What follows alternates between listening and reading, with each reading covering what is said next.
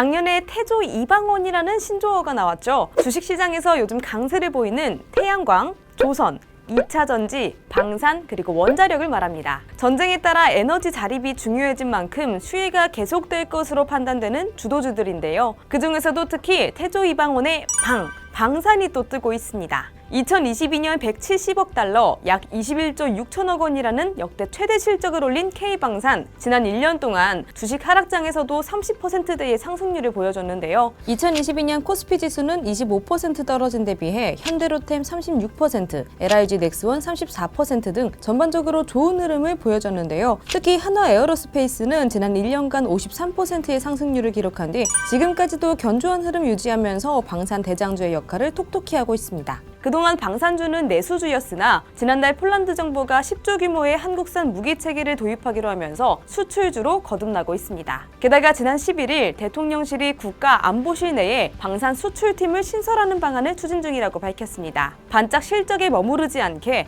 역대급 수주를 이어나가고 싶다라는 의지로 보여줬는데요. 이에 새해에도 강세로 이어갈 수 있지 않을까 기대가 됩니다. 증권가의 반응도 좋습니다. 윤석열 정부가 방산 수출 총력 기조를 내세우면서 여론 주목도도 높아지기도 했고 궁극적으로 국제정세의 불안정성이 방산 호황으로 이어질 것이다. 그래서 관련 주식들의 장기적 성장을 이끌 것이다 라는 분석이 자자합니다. 한 SK증권 연구원도 단기적인 수급 요인이 해소되면 신규 수출과 실적 모멘텀이 살아날 것이라고 전하면서 올해 1분기부터 추가 해외 수출 소식이 전해질 것 같다라고 말했습니다. 아직 이름은 확정되지 않았습니다만 곧 만들어질 방산 수출기획팀은 국가안보실 임종득 2차장실 산하에 신설된다고 합니다. 여기 임종득 국가안보실 2차장은 지난해 8월에 윤 대통령이 방산 수출을 위해 임명한 인사입니다. 대령이던 시절 북대 서양조약기구 나토 국방대에서 유학을 했고요. 러시아 우크라이나 전쟁이 장기화되면서 나토 회원국들이 재무장에 심려를 기울일 텐데 이 부분에서 임 차장은 폴란드와 체코 등의 국가들과 원활한 교류를 이끌 수 있는 인물로 평가되고 있습니다.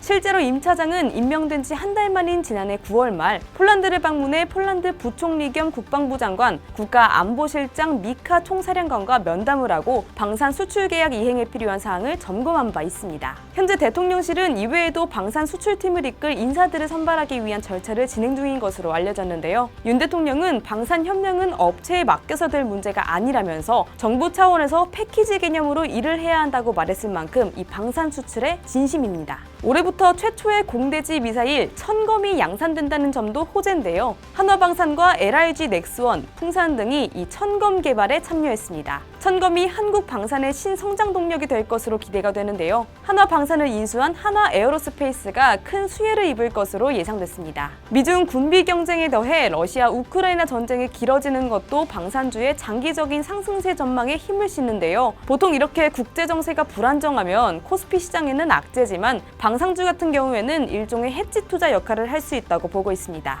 러시아 우크라이나 전쟁이 끝나더라도 세계적인 군사적 긴장 상태는 지속될 가능성이 클 것으로 보이고요. 전 세계 거의 모든 지역에서 국방 지출을 늘리는 추세가 최근 지속적으로 보입니다. 아무래도 대부분의 국가들이 소진된 무기 재고를 보충하려는 소요가 생긴 것으로 파악되고 있습니다. 방산 수출 4대 강국 포부를 밝힌 윤 대통령은 아랍에미리트를 방문해 방산과 원전, 에너지 분야 협력을 논의하고 양해각서를 체결할 예정이라고 하는데요. 바야흐로 방위 산업의 부흥기, 올해는 방산주들 특히 유심히 보시면 좋을 것 같습니다.